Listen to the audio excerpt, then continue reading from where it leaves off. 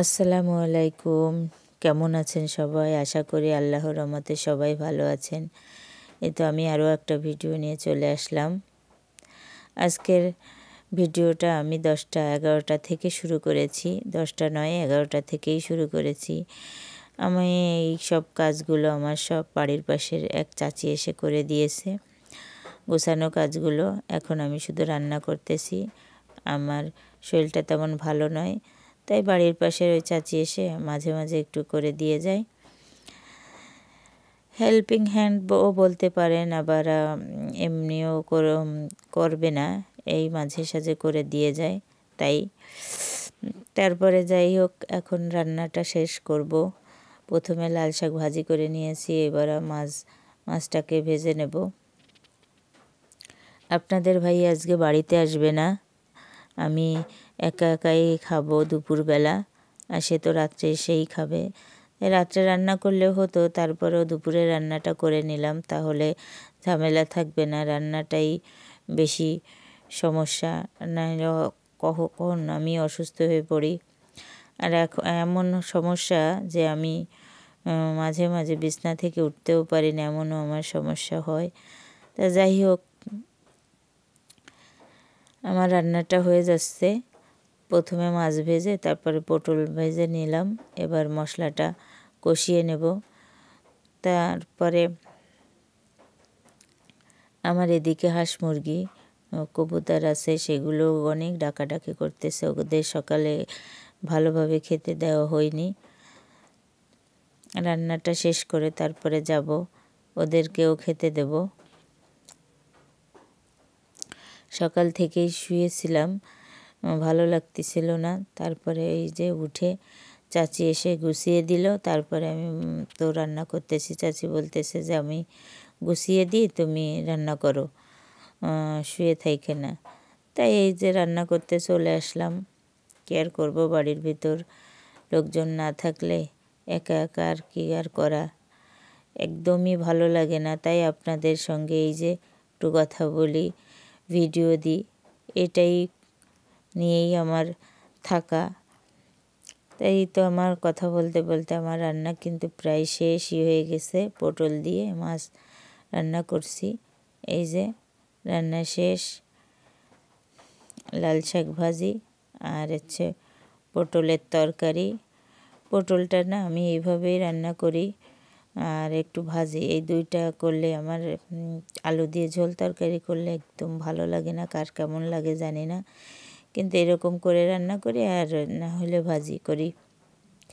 লাল শাকটা অনেক মজা হয়েছিল। এখন এই যে তরকারিটা দেখেন, আমার মিষ্টি এসে আমার পাশে এসে বসে আছে। ও না টেবিলের পরে উঠতেই হবে খেতে, যদি খেতে বসি তাহলে ওর টেবিলের পরে উঠতেই হবে। ও টেবিলের পরে না উঠেও খেতে পারে না। তা যাই হোক, আমি খাওয়া দাওয়া শেষ করতেছি আর আপনাদের সঙ্গে কথা বলতেছি। আমার মিনি আছে, মিনি পাশেই আছে, তা ওকে তো দেখাচ্ছি না, ও আমার পাশে বসে ডাকাডাকি করতেছে আর ওকে দিচ্ছি, খাচ্ছে।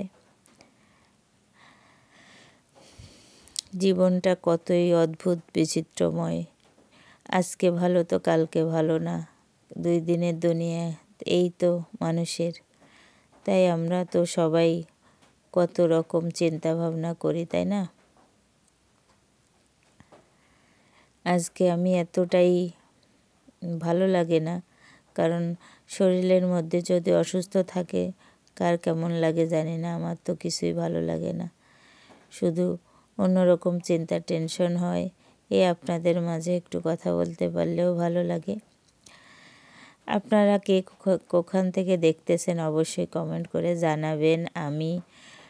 আমার ভিডিওটা যদি একটু ভালো লেগে থাকে অবশ্যই একটা লাইক দিয়ে ভিডিওটা দেখা শুরু করেন। আর আমার ভিডিওটা যদি একটু হলেও ভালো লাগে তাহলে নিশ্চয়ই একটু সাবস্ক্রাইব করে দিবেন। আপনাদের একটা লাইক আমার জীবনকে অনেক দূর এগিয়ে নিয়ে যেতে সাহায্য করবে। এই যে আমি একা একা থাকি, আপনারা যদি আমার সঙ্গে থাকেন অনেক কিছু শেয়ার করতে পারবো, অনেক কিছু বলতে পারবো, কথা বলার মানুষ হবে আমার। এই তো তারপরে চলে আসলাম আমি আমার কবুতরগুলো খেতে দিতে। দেখেন আমার কবুতরগুলোর কী খিদে লাগছে। ওদের খাওয়া দাওয়া দেখে আমার অনেক কষ্ট লাগতেছিল যে আমি সকাল থেকে ওদেরও খেতে দিতে পারিনি। এই যে কবুতরগুলো খাওয়ার জন্য কী করতেছে। তারপর এদের খাওয়া দাওয়া শেষ করে চলে আসলাম বাইরে। আমার চাচি বলতেছে যে বৌমা আসো, বাইরে হাঁটাহাঁটি করলে ভালো লাগবে। আমার বাড়ির সামনে এই যে সবাই মাছ ধরাধরি করতেছে, আমি সেইখানে সে নিয়ে আসলো। এই যে কত সুন্দর মাছ দেখেন, দেখলেই করতে ইচ্ছা করে, তাই না? কিন্তু আমি তো করতেই পারবো না। তারপরে এই যে চাচি আমার ভালো লাগতেছে না, তা বসে আছি বারান্দায়। চাচি বলতেছে আসো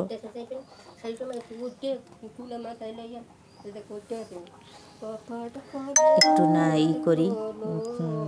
বাড়ির পাশে বিয়ে বাড়ির নাচ হয়েছিল, সেখানে নাচছিল, তাই আমাকে দেখাচ্ছে। দেখেন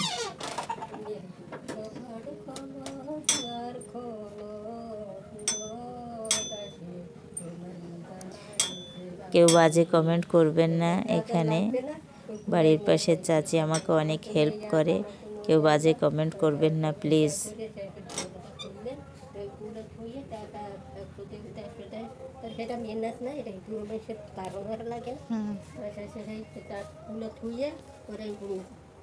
সোনা নাই, সোনার আংটি পাইবে, সোনার আংটি দিয়ে নয় 5 টাকার এখন কয়েল পয়সা দিয়ে ওরা 2 নেলা নাস্তা খাওয়াইয়া তারপরে টাকা নিয়ে বেরিয়ে আসছে।